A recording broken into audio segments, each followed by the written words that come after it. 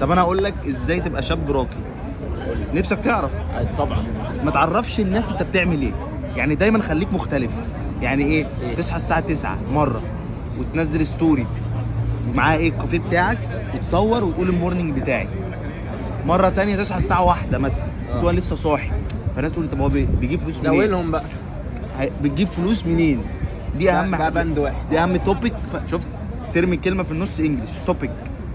فاهم معايا ولا لا؟ مش فاهم يعني ايه توبيك.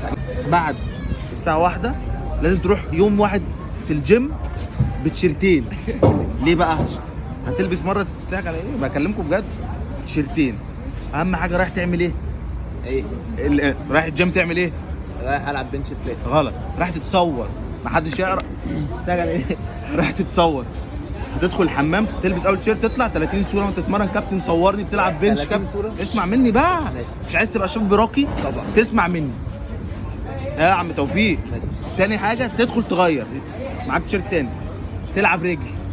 كابتن صورني نفس الكابتن، معلش زهقناه بس ده لينا. فاهم؟ بقى معاك ايه؟ حوالي 60 صوره بتقهم ايه مختلفه.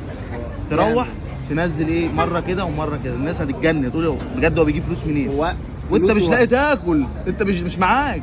كحيان. كحيان.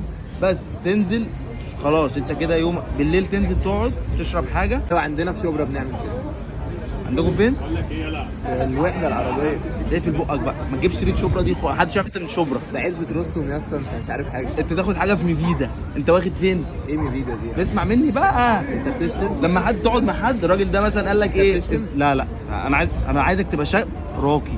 لما تبقى في مكان مع حد تقول له انا واخد حاجه في ميفيدا حاجزها بس لسه هستلم بعد 3 سنين. هو ما يعرفش. مش هيجي يسالني بعد 3 سنين. هيقول لك بعت. خليك ذكي. خدت في حته ثانيه كمان 7 سنين. جدع. وابعد. ما تزودش بقى، انا بتكلم عايز تبقى شاب راقي ما تزودش.